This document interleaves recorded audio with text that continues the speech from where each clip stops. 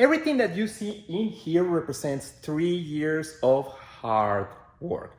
Creating a board game, it's not an easy task. It takes a lot of effort, a lot of time, a lot of suffering, a lot of stress, but it's super, super rewarding. Behind me, this is all the prototypes that I went through to create my board game Emporio, and I want to walk you through the process, showing you the first early prototypes and how everything started to evolve until the pre-production copy that I already have here with me.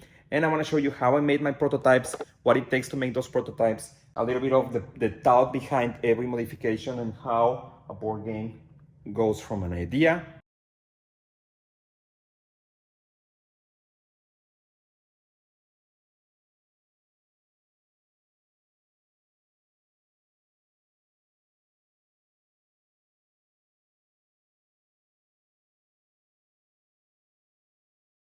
Anyways, 3 years ago, the idea of Emporio started, and this right here was the very first prototype that I created. Everything that could be broken in this one, it's broken. And I mean everything. The first playtesters actually hated me whenever I tried to push them into playing the game. And that's the first thing that I wanted to mention. I am a very visual person, and I am a very tactile person too. I like to touch stuff. So since the beginning, whenever I had the idea of creating my own board game, I always made some sort of physical prototype. I never made a digital prototype. There's not a tabletop simulator mode for the game at all. It's always have been play tested face-to-face, person-to-person. There's been some blind testing, of course, but I just think that whenever you're playing a board game, nothing compares to being around the table with your beloved ones and see the smiles and see the reactions. And I think all this information that I gathered from all the playtesting, hundreds of hours of playtesting, by the way, over the last 3 years, helped me to really polish the game into what it became. That it's a very, very well-tested, well-balanced, super fun game that I'm super proud of. This is the way I made my prototypes. As you guys can see, this thing here is a printed vinyl. I get this kind of stuff printed at my local sign shop. So this is already sticky, as you guys can see. It's very sticky. And I use these cardboards that you can get out of Hobby Lobby or out of Amazon.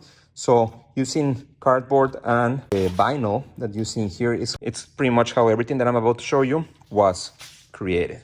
So the first prototype was this. At this stage, I only had an idea. I wanted to make a game that was with a medieval theme. I wanted to have a lot of resource management because I think that's really fun. And I wanted to have high player interaction, which in my head, that means a lot of combat. So those were the ingredients that I had in my head at first. And I'm going to show you how everything evolved into a very, very fun game. But the first game, it was basically just this. It was just a little grid that we see here. These were the first player boards with some information on the bottom, and a little pieces of images that I just got online. Even the cards is something that I also got with stock images. That's how I designed them. These cards are Carl Smugglers. I also downloaded just an image online. So I use a lot of placeholder art for the early prototype because I only wanted to test the concept. I wanted to see if this was actually a good idea or not. A lot of people say that whenever you're designing a game, your first board game, you should throw it away and start from scratch because your first one is probably going to be horrible. And I agree, but what I did instead of throwing it away was learning from all the stuff that was broken, try to find a way to fix it, and keep going forward. So the way the game wind up being is completely different on how the game started. And I love to see that transformation. I love to see how the progress, and I love how to see how the ideas were born. And I love to just being here in front of all those prototypes makes me feel a little melancholic, but I love it. But anyways, so this board had a lot of stuff broken. First, the player boards were separated from the main board. Eventually, I used tape. You guys can see the tape in here to glue them together. The configuration was horrible because you can play 2 players, 1 in each side of the board, or 4 players, 1 in each corner. But if you play 3 players, one player is going to start here, the other player is going to start here, and the other player in here. These 2 players naturally are going to go against this one, and this poor guy is going to be in a very bad position. And I couldn't find a way in my little brain how to fix that. So the second version of the game still had the same concept of a board, which is this one that we see over here. In here we already evolved a few things. Let me just go back so I can show it to you. These ones are the little resource tokens that we start to use. These ones eventually became coins. And at first we realized that the coins were a mess to manage. So we created this one that was the very first bank board, where we can start to have some management on the little resources that we see in here. Now, this thing in here, I don't know if you can see it, but there's a sticker on top of here. This one is the first one. I removed the stickers. That's why this part is still sticky, because I removed the sticker so I can record it on this video. But this changed to this, and you're gonna see a bunch of that. A lot of times I didn't want it to reprint something from scratch, so I just printed a little sticker, put it on top, and keep going. At some point, I just start to scrabble on top of the prototypes and let's send them and let's play test them. But yes, I did a lot of just putting stuff on top of stuff and try to keep making things work, even with the cards. If you see these cards over here, this is a normal printing. Everything was good. But anyways, if you see this card, it has a little sticker on it. I don't know if you guys can tell. These are the stickers that I use for these cards. These are the little diamonds that we use in the early versions of the game too. Because I haven't told you guys, I'm sorry. Again, I'm nervous, please be patient with me. But the whole goal of this game is to gather diamonds. The first person to gather 12 diamonds becomes the ruler of Emporio. So the little diamonds over there were the very first diamonds that we start to use. And the second version of the diamonds, which I have right in here, it's funny because the arrangement that we see in here, it's something that my son came up with. He's 8 years old, and one time I was playtesting with him, and he started to play with the little diamonds, and he arranged them in this pattern that we see here. And I was like, oh, that actually looks really cool. So I used this pattern in the next board that we see over here. On this one, we added the little areas to put your diamonds. We still have the little stripe that we see here with all the player information, but we also added all these things that it's in a way like a player aid or some sort of player information that make things way easier, because the players didn't have to memorize everything. They had a guide that they can read, and the guide was right there in front of them. So that was something really, really cool, and that the players appreciated a lot. So that was great. I don't know if you can see, but this board also has a sticker. So this part already changed a few times. So there's a sticker in here on how these things start to change. And we also created the first little boards so that each player had a board that they can manage their resource with. After a while, I found out a way to fix the problem that I had with the arrangement of the spaces on the board. And that was to remove all the information on the board, put all that information in a player board.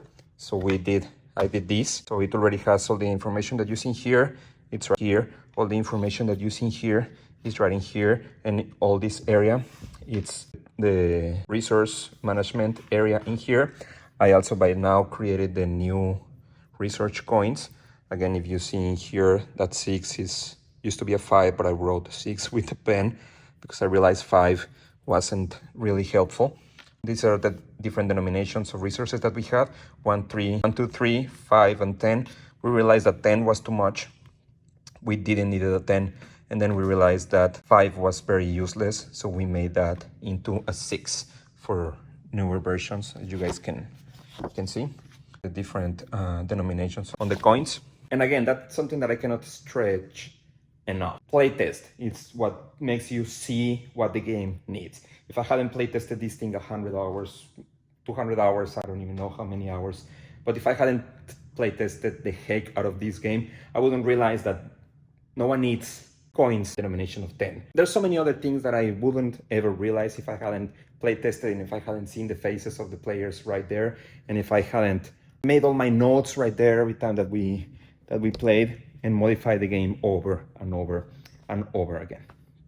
But anyways, after we came up with the idea of the player board and we realized that we didn't needed all this information on the board, the next design came, and that was this one over here. Again, instead of making a new board, I just printed a new one and used the board that I had already created. Something fun about this one is that playtesting, again, we realized that the players were just gathering around the board and each one was in their own corner and there was not interaction in the center of the board. So by play testing again, we realized that the center of the corn needed some sort of motivation. So in here you can see a little white line that I drew with a crayon, and that's the way we started to play test the center control reward, and that became into that one.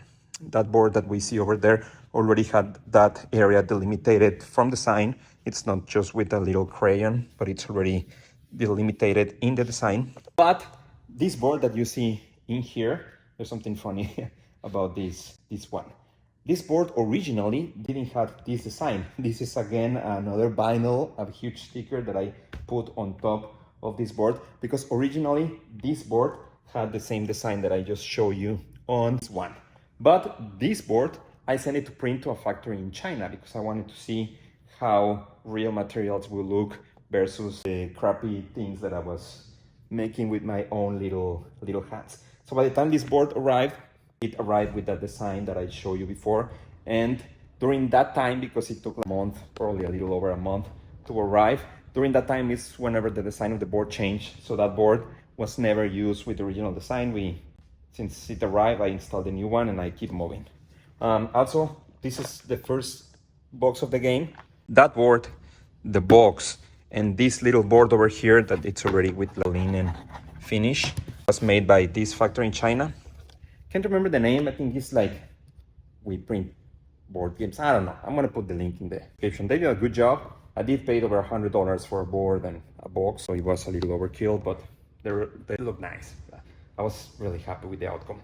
Whenever the first board arrived, actually, right now I see it and I hate it. I think it's super ugly, but whenever it arrived and I opened the box and I saw that it came with shrink wrap, and I saw something that I had created already looking like a real product, I'm not gonna lie, I cried a little bit, tear up a little bit. I was really excited. Right now I see it and I think it's ugly, but it's part of the game.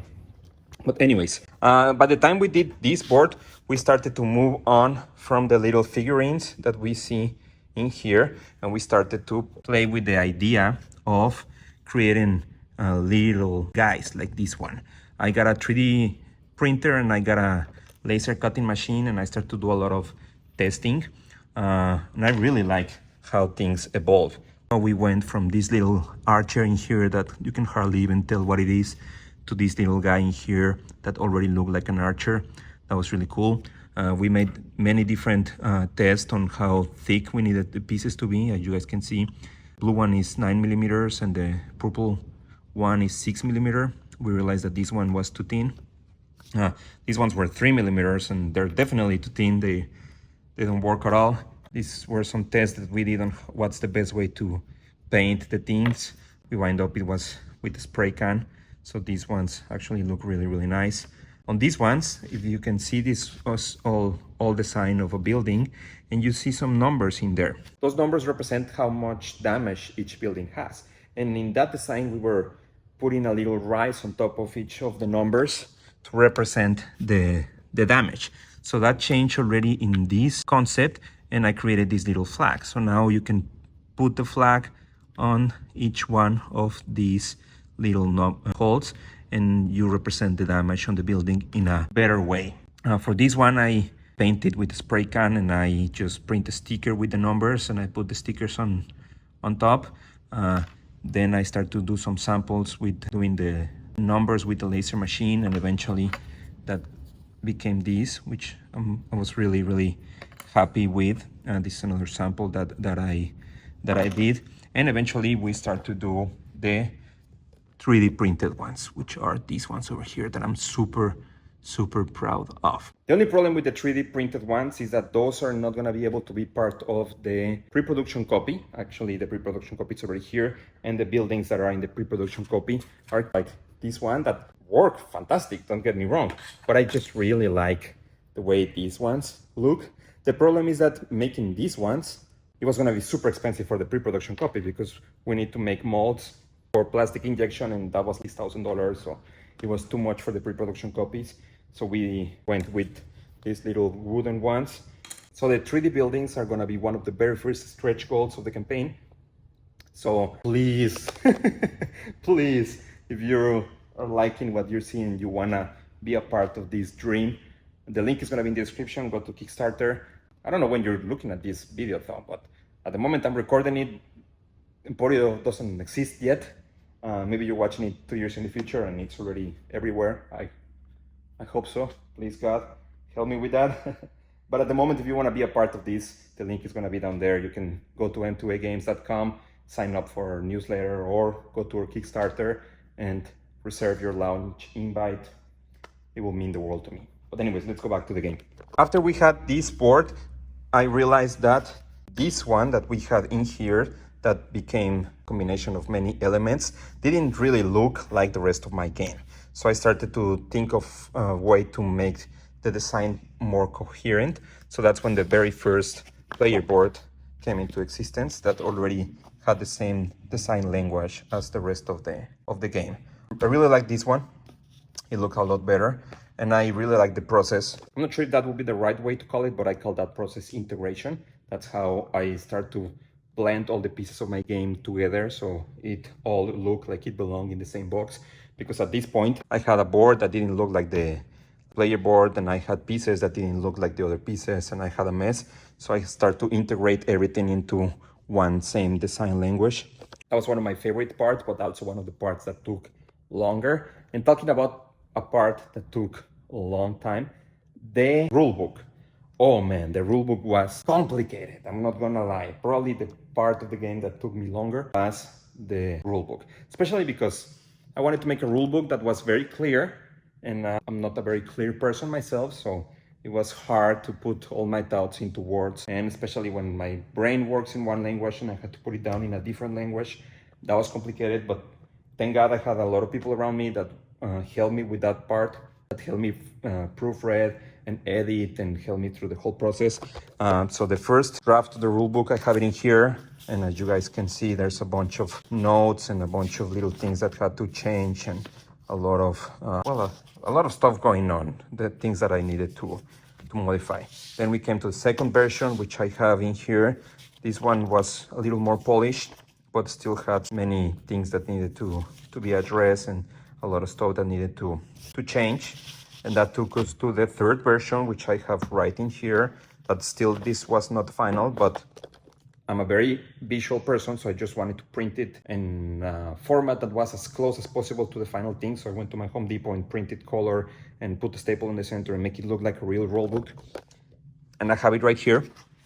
And this one still had some things that needed to change, but it was little things here and there, notes in there and stuff, but it was already very close to the final thing. From this one, there was a few other versions that I didn't print because having this one in my hands already kind of like scratched the need of printing it until the one that it's inside the pre-production copy.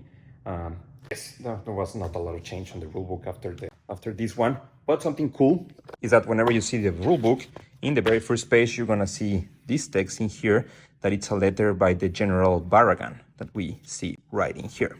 Now, this letter is something that I'm very proud of because I wanted to find a way to write a letter that was written from a general within the game. The General Barragan is the general of the North Army. And in that letter, that it's from general to general, I wanted to kind of submerge the player into the story of the game. I wanted in a little letter to describe a little bit of how those dynamics of the game, all those mechanics, kind of like felt for the little wooden pieces that we had in the board. I don't know if that makes any sense, but it's a little letter that once you've played the game and you read it, you realize, oh, this means this, and this is here because of that. And I saw this whenever I was playing the game because this happened. That's the kind of little things that I wanted to express in that very simple letter. So once, I'm gonna sit for this part. I'm really sorry. I was saying this is not the first time that I tried to record this video and my back is already killing me. I'm old, I'm sorry. Anyways, So something cool about that letter is that once I wrote it, I realized that, oh, this is actually something fun. It's a cool story that has potential to be a little more. So once I had the first letter, I was like, maybe I can do a second letter. So I wrote a second letter that in my head was like how the general that the first letter was addressed will answer to that first letter. So I wrote a second one, and then I wrote a third and a fourth. And before I realized, I already had 20 something letters. That tells you a whole story from beginning to end. And I thought that was really cool. But there was some gaps that I couldn't really find a way to fill with the text of the letters. So I created what I call the narrator voice. So there was little narrator voice or a couple of paragraphs in between letters that give you the context of what was going on. By the time I had the 20 something letters plus the narrator voice in between each letters, I had a document that was over 50 pages long. And I realized that I could do something with it. My main idea was that I wanted to use those letters so that all the people that subscribe to our newsletter in our website, m2agames.com, I was going to send one letter every week so that people can start to build expectation from whenever we launch the game.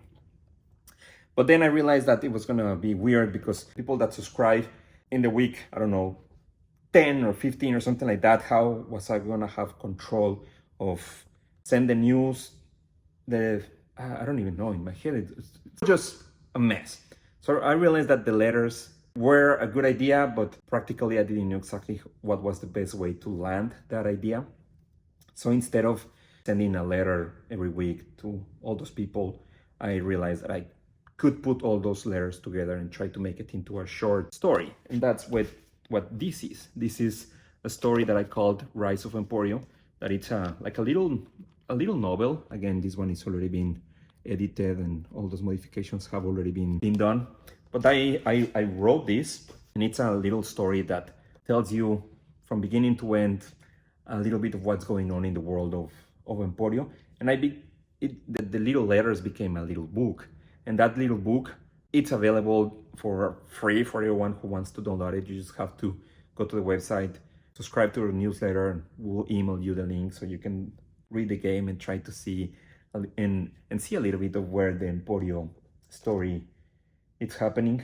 And yes, and I think that's really cool. I'm really proud of this little book. I think it's a really fun story. My wife said that it's a fan fiction of my own game, which I agree with. It's very entertaining. It's a story that it's interesting, but once you've played the game a couple times, you get a lot of aha moments whenever you're reading the story and you realize why things are happening in the story. You realize the struggles, you realize how different mechanics of the game have affect the characters of the story, and smugglers are there, trades, the search for the diamonds and all that stuff. I'm really, really, really proud of this. So if you want your own copy, go to the website, check it out, and let me tell you about the rest of the game. This right here is the last prototype of the box. This one is also a box that I actually printed in vinyl, and what I did is I realized that the size of the box that I wanted for my game, it's exactly the same size of a game called Red Rising. So I went and I got the Red Rising. I'm sorry, Jamie Stemeyer. Hope you don't get mad at me, but I got a copy of Red Rising, and then I got vinyl and I installed it on the box of Red Rising. Actually, if we see it in here, we can still see the colors of the Red Rising box. But that's what gave me the prototype of the first box of Emporio. Well, not the first one. That one was the first one, but the first one that was definitive. I don't even know what I'm saying, but the box of Emporio, and I was really happy with it. I really like how this part in here looks like a texture, and in here I did the little figurines. I love how these things look. I'm sorry, guys. I know I'm probably boring you already with all this stuff, but I'm really proud of all this stuff and how everything is going on. And that takes us to this one, which is the last board. So from this one that we see in here, I was using this image that make it look like a drawn top view of a little piece of land with some grass and some dirt in the center. But whenever I was writing the story, the Rise of Emporio story, a lot of this action in the story are conversations that are happening in the war tents of the generals of each one of the armies. That's like where I want to put the players of the game in. I want to put them in the shoes of a general that it's in their war room trying to find out the best strategy to take their armies to victory. So I've seen in a lot of movies that people have these big tables full of maps, and they have wooden figurines on the maps, and they're moving the figurines trying to find the best strategy to win the war. And that's exactly the feeling that I wanted to give to the players. So I changed the design of the board from the top view map to a map that looked like there's some topography in here, and the cardinal points are also on the corners, and I wanted to make it look like a real map so that the player can have that feeling of being the general, that it's planning the strategy of how to move their resources and their troops and create the best strategy to win the war. That's something that I really like. And when I talk about Bring the War, I want to make a little caveat about the game. Because the game, yes, it's a war game. We can see it in here. The theme of the game is war. The story that we have in here is also a war story. But I realized that not a lot of people like that high interaction games, that they don't like the confrontation, that they don't like the take that. So I built a couple of different paths to victory depending on that lay on different mechanics. So that make the game really, really, really enjoyable for all kinds of style, because you can win even without getting in a combat at all. The game adapts to the style of playing of every person, and that's something that a lot of the playtesters enjoy, because there's people that really like the confrontation and the game rewards that confrontation, but there's people that like to stay back and just try to focus on the economics and try to focus on gathering resources and the diplomacy elements of the game. And you can win the game by doing that too. So depending on how you want to play, the game pushes that strategy to the edge. And that's something that I really like and that I'm really, really happy with. But anyways, guys, all this journey takes me to the pre-production copy. I have that one right in here. This was already printed by a factory in China. This is not something that I did with my own hands like the rest of the stuff that I've shown you. This was printed by Longpack, as you guys can see. The color changed a little bit from one box to the other. The size is exactly the same as I was telling you. I wanted my game to be the size of the box of Red Rising, and that worked perfectly. I got 15 of these printed, and I'm already shipping them to some reviewers that are going to help me to make some content about the game. This is the final version of the rule book. The player boards look really nice. I'm super, super happy with the outcome. The board also looks really, really cool. Well, let me show you this detail too. The board it's printed on both sides. You can see the lion of Emporio here, and the colors change a little bit from my own version to the prototype, which I don't mind. I think it looks fantastic. The player boards also look really, really cool. The little bank board is also in here, but it's also printed on the both sides. The linen finish looks really, really cool.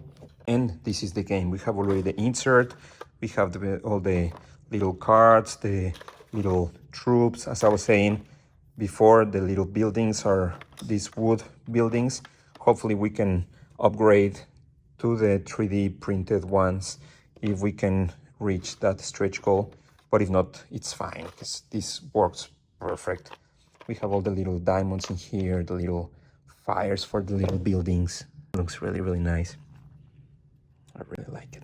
But yes, guys, that's it. That's 3 years of work in one long video. I hope you guys like it. If you have any questions, please put it down there. You can also follow all our social medias. Are going to be all the links in the description. If you want to support that dream, please do so. Go to the Kickstarter, go to our website. I'll give you the book that I wrote for free. And that's it. My name is Uriel Mendoza. Thank you for your time. And I'll see you in the next video. God bless you. Bye.